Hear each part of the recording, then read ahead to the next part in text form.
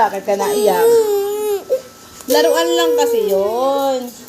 Rattle yon. Pwedeng hawakan ng baby yon. Hindi pwedeng kainin. Hindi mo mauubos yun. Kaya huwag ka na magalit, my love. Ganun talaga ang buhay, my love. Huwag ka nang umiyak.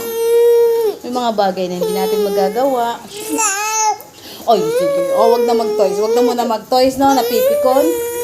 Pikunin ang boy-boy. Nakakaawa, nakakatawa. Ay, sus, nasusuka na. Ay, sus, nasusuka na siya. Ay, sus, sus, ay, sus, sus. Nakakasuka naman ni nanay. Wag na mag-toys, ha? Napipikon ka naman dun, eh. Hindi naman yan mauubos. Opo. Talaga naman mga toys yan, oh. O, sige na, sige na, sige na. Enough na. Ay, di na ibibigyan ni nanay. Ay, gulit. Look at yourself, oh.